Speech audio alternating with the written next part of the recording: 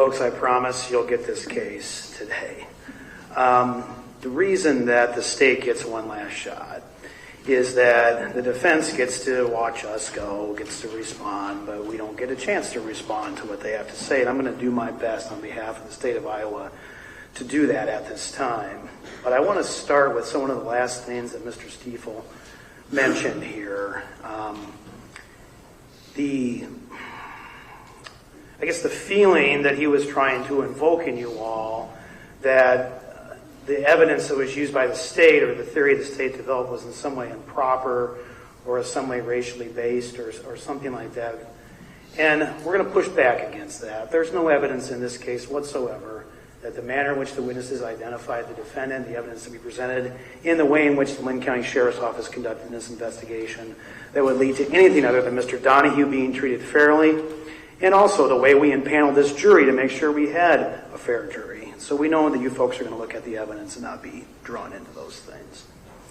With regard to the presumption of innocence, I stood in front of you when I was talking to you, it feels like a month ago now, but a couple of weeks ago, and I talked about the presumption of innocence. Clearly the state respects the presumption of innocence, desires the presumption of innocence, and wants you all to give the defendant the presumption of innocence in this case. The idea that by charging and telling you that we are going to show you evidence of the defendant's guilty beyond a reasonable doubt throws that away, has no backing whatsoever. That's how these things work, folks. That's how criminal cases are brought. Now, the presumption of innocence is something that you carry into the trial. It's something that you also keep in mind during the trial. But once you hit that deliberation room, and you start looking at that evidence, and you will look at that evidence, and once you find the defense guilty beyond a reasonable doubt, you don't have to give the presumption anymore. That's when you get to enter the guilty verdicts, and actually that's when you're required to, when you reach that standard. With respect to reasonable doubt, the defendant stood up in this case through Mr. Stiefel and talked about how reasonable people can't have doubts that aren't reasonable. We're going to push back on that a little bit too. Just because you're a reasonable person doesn't mean that you can't look at a doubt, examine a doubt, even consider some of the things that Mr. Stiefel talked about that I'll try to handle really quickly here. And then after analyzing and talking amongst each other like reasonable people, you decide, I had a doubt, but it's not reasonable. So just because you're reasonable people and you have a doubt doesn't mean that that's a reasonable doubt. And another thing that was brought up is consistently Mr. Stiefel talked about ruling out possibilities. We can't rule out this possibility, reasonable possibilities. Well, instruction number 6 here is the instruction on proving the defendant guilty beyond a reasonable doubt. Reasonable doubt is one that fairly and naturally arises from the evidence in the case or from the lack or failure of the evidence produced by the state. I'm not going to read you the whole thing, but I'll submit to you that nowhere on here does it say the word possibility. Nowhere on here. You all, when you were sitting here as a jury, said, we're not going to hold the state to anything other than the burden of proof beyond a reasonable doubt. So don't get drawn into possibilities. If you want to talk about possibilities, we could probably be here all afternoon, and then you'll really want to throw me out at that point in time. This isn't about possibilities. It's about reasonable doubt. Okay, so everything that the defense brought up there to talk about, we can't rule out this and that possibility, got me. We can't. Right? We don't have to.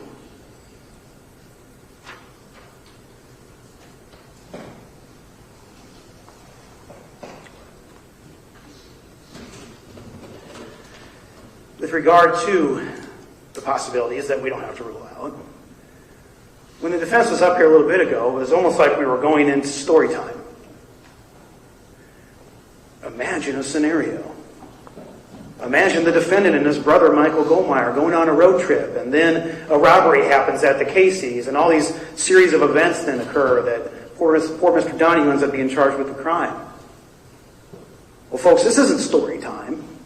This isn't an opportunity just to come up and present a scenario unless there's evidence to back it up, which there's none.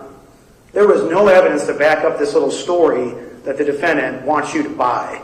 And criminal trials are based upon evidence. In the lack of evidence, but there's no lack of evidence here that doesn't point back to the defendant either. If you want to go back there and you want to talk about stories and possibilities, that's up to you. But as reasonable people, sitting here evaluating the case, a criminal case, we do things based on evidence. I'm going to get back to some of those folks here in a second. But one of those aspects where they're drawing you into your imagination in this case is, and I quote, a possibility, again, we talked about that, of a second person being in the van, or there being a passenger in this van, because both airbags deployed. Well, the evidence showed in this case that when Deputy Matt Altman looked at this vehicle, there was no sensors, there was no wires. That's consistent with there not having to be somebody in the passenger seat for those to deploy. He conceded that maybe, maybe not, but I mean, that's drawing you down into a rabbit hole you don't need to decide, because there's no evidence of a passenger being involved in this case. There's no evidence of a passenger at the Casey's. There's no evidence of a passenger when Deputy Heath Omar came upon him and shone the lights into the vehicle, and Deputy Omar watched that camera from his car to see if anybody got out of it until Sergeant Omar's cousin arrived. He didn't see anybody get out. And furthermore, all those pictures that were shown you by the defense about the vehicle, apparently whoever this passenger was, I think they're trying to imply it was Mr. Donahue, but wasn't really sure about that.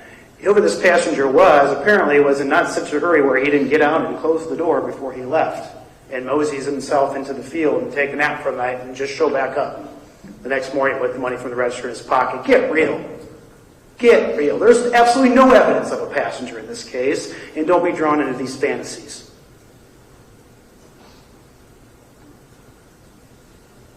There were several things that the defense brought up, I think 18 points. Bear with me here. First of all, there is evidence that shows in these 3 videos that the defendant walked in a certain way. But we're supposed to, apparently with the fanciful additions to this case, well, maybe his brother walked the same way. There's no evidence of that. I don't know what they tried to show when they showed the strip there, because that clearly shows the guy in the suspicious video is 6 feet tall. Same clothes, same vehicle, also, by the way.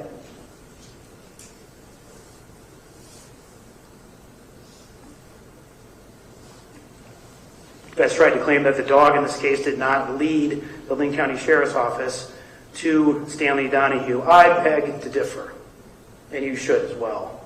That dog led the Linn County Sheriff's Office almost exactly to where Stanley Donahue was found the next day. And you heard exactly what happened as to why the dog couldn't track. That's Deputy Stiles came in here and told you what that involves. These canines, how they can lose a scent, lose it over the cement. It's totally reasonable. We're going to talk a little bit more about some of these calls involving suspicious persons in a minute here, or calls that were made involving cows mooing and Monticello Road and whatnot. But I want to take a moment to address the defendant's argument that supposedly this money was not found in his pockets and on his person. That Lieutenant Chris Smith did not search him, that he only watched. Are they really trying to say that the money was planted on him? That's the only other explanation for it. Notice how he didn't say that, because that's an awfully big stretch. Lieutenant Chris Smith sat there and watched this happen. He described the money. He described the evidence bag it was in. Sean Ireland went through the evidence bag and found the clip money in it. No fingerprints on the money? Are you kidding me? We're supposed to break out dollar bills and coins to fingerprint something found in somebody's pocket? This came out of my pocket. You don't have to fingerprint to let it know it's mine. The defense wants us to do all kinds of outlandish things that are completely unnecessary to try to draw you into this possibility world that doesn't exist in criminal court. It's about reason.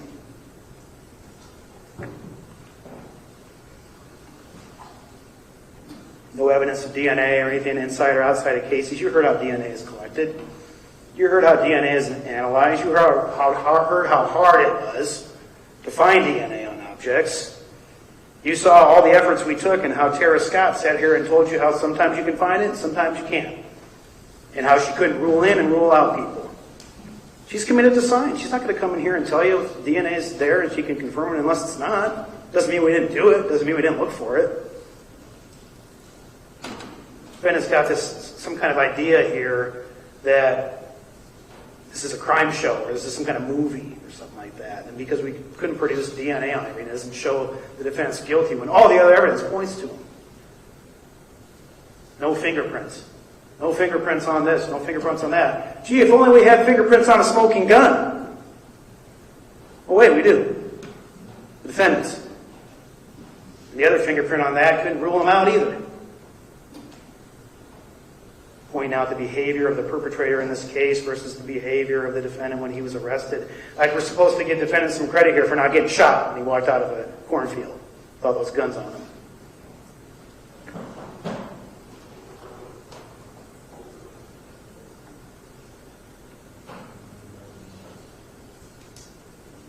Folks, we did show you everything in this case. We showed you all the video, gave you all the testimony of all the people that have relevant information in this case. There's no requirement on our checklist or within criminal court that we have to present a bunch of irrelevant information.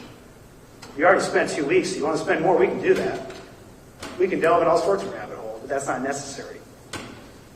It's not what the checklist requires. I want to talk about eyewitness identification.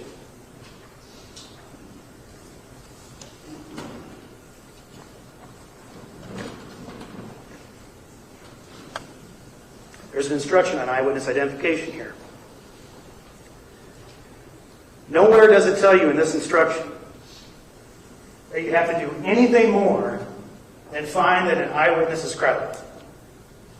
You don't have to do anything more than that. It gives you guidelines on what you should consider. And go ahead. Consider all that. Consider everything.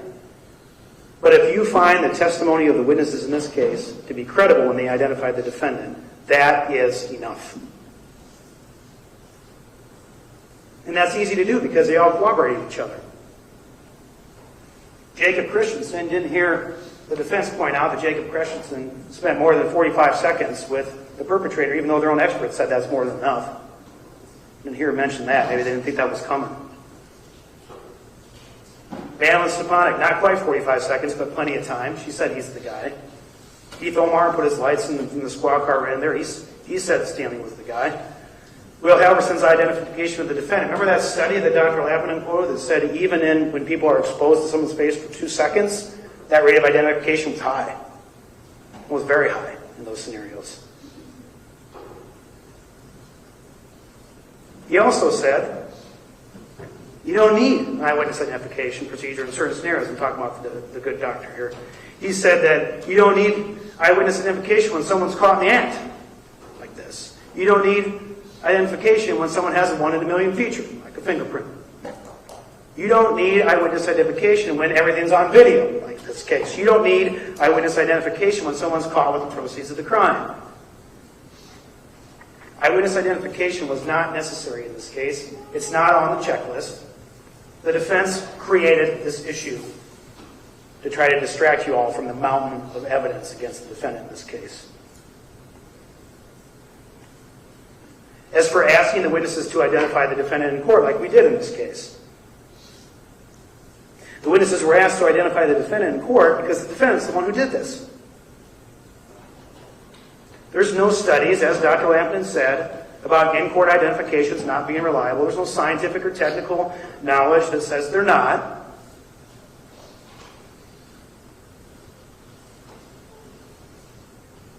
What they were trying to say with that, and what Dr. Lampton admitted to, was that it was a bunch of psychologists sitting around pondering that they have some concerns about that. Well, good for them. That they can sit around and whatever they're doing, drinking their coffee, talking about eyewitness identifications. Well, we're here in reality right now, where eyewitness identifications happen in court, and they happen when the person who did the crime did it.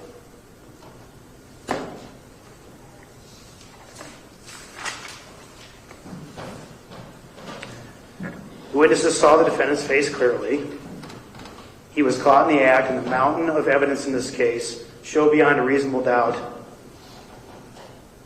the defendant committed this crime. Just like they did in Will's testimony, in W. Halverson's testimony, they stopped on the place where he didn't see his face, but they ignored this right here. Looking right into the face of the person who tried to end his life.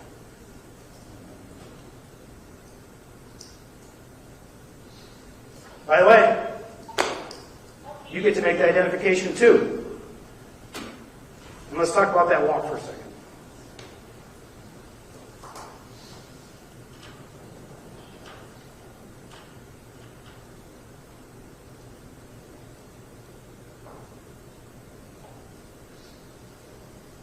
By no means, folks, am I telling you that that's the only evidence we have. Don't consider that. We're trying to rely solely on this, but that's pretty good. That's the same person, folks.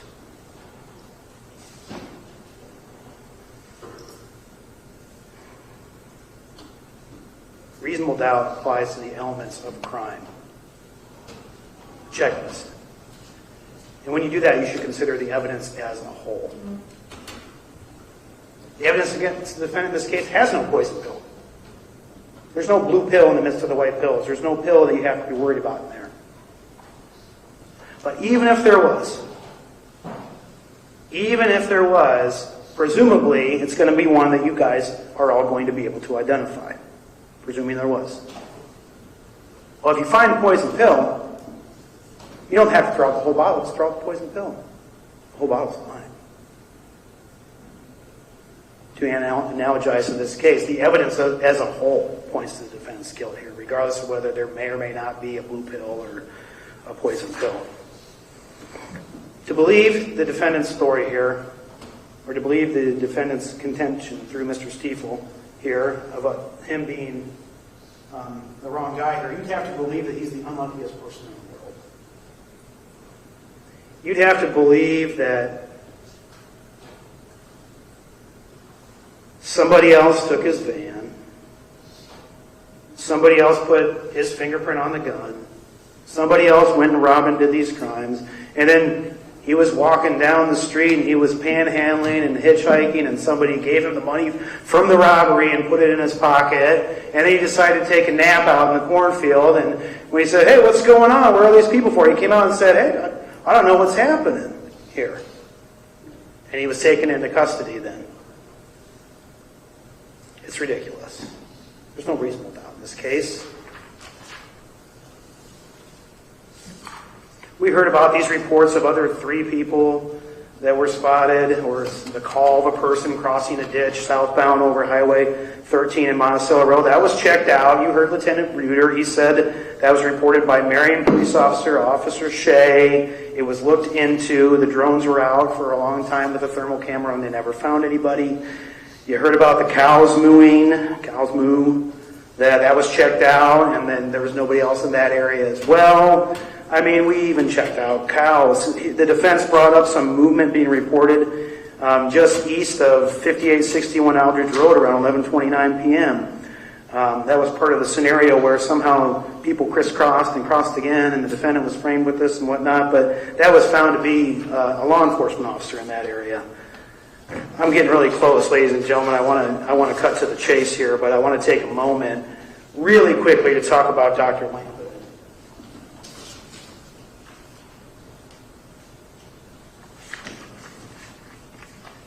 If you look at his CV, if you want, you'll find on page 2 he's contributed to an article called Beyond a Reasonable Doubt, Establishing Thresholds for Reliable Identification from the Academy of Finland here.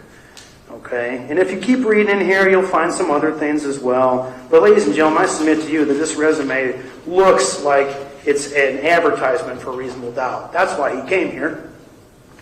Everything he's doing in here, he's questioning children's testimony. He's talking about snitches.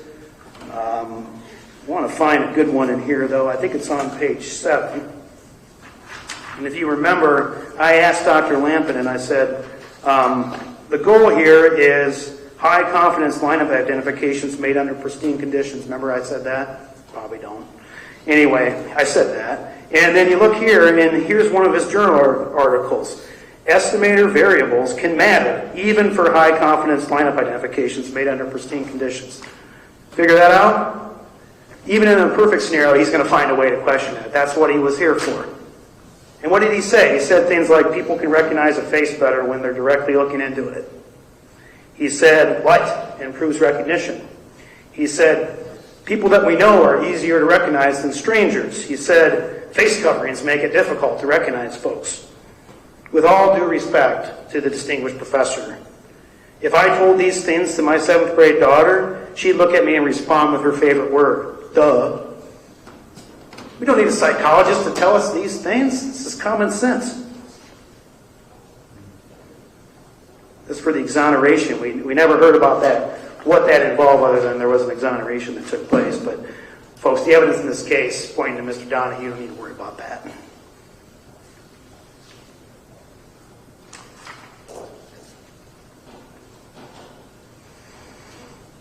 You know, when I lose my keys at home, which happens often, probably happens to some of you too, I go on a hunt for them. I usually ends up being in the same place where I left them. I mean, obviously that's going to be the case.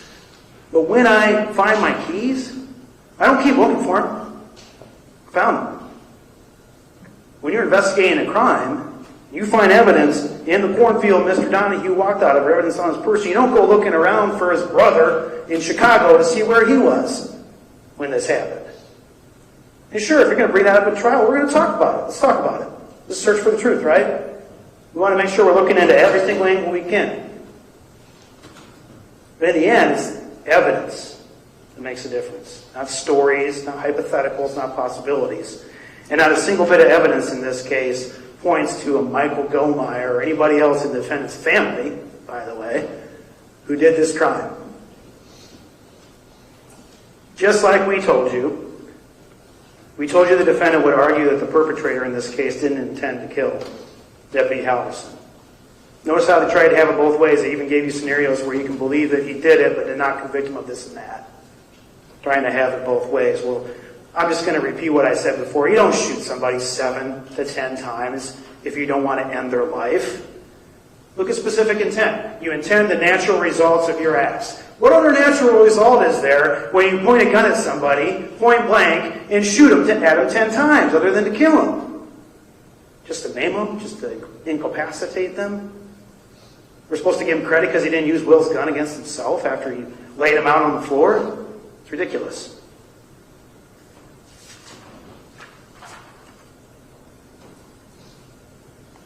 I think we have just a couple clips here, or just one picture to show here, Judge, if we could.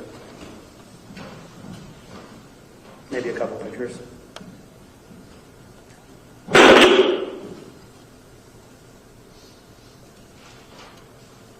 Defendant, look where he's pointing his gun.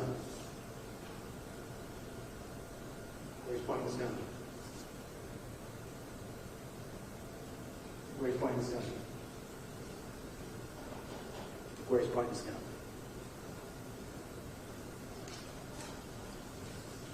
Ladies and gentlemen, each fact in this case, each fact that we prove makes the next one more likely, up to and including the witness identification that took place. Nearly 2 weeks ago, you all walked into this courthouse, not knowing if you'd be selected to be on a jury. You probably didn't want to at first, but then we got through the process and some of you got invested. You wanted to see it through. You felt like maybe it was your duty to this great country to serve as citizens on a jury. Some of you might think, God, never again. Without jurors, this doesn't work. Without a trial, the defendant can't be afforded his right to the presumption of innocence, his right to a jury trial in front of his peers, his right to cross-examine witnesses, and right to hold the state to its burden of proof beyond reasonable doubt. This system works. On behalf of the state of Iowa, citizens of Linn County, we could not be more grateful to all of you for your service in this case and for the time you took out of your lives. In a moment, this trial will be done. The system works when the state does not reach its burden of proof and the defendant is acquitted. But it also works when we do. In this case, we have reached our burden of proof beyond a reasonable doubt.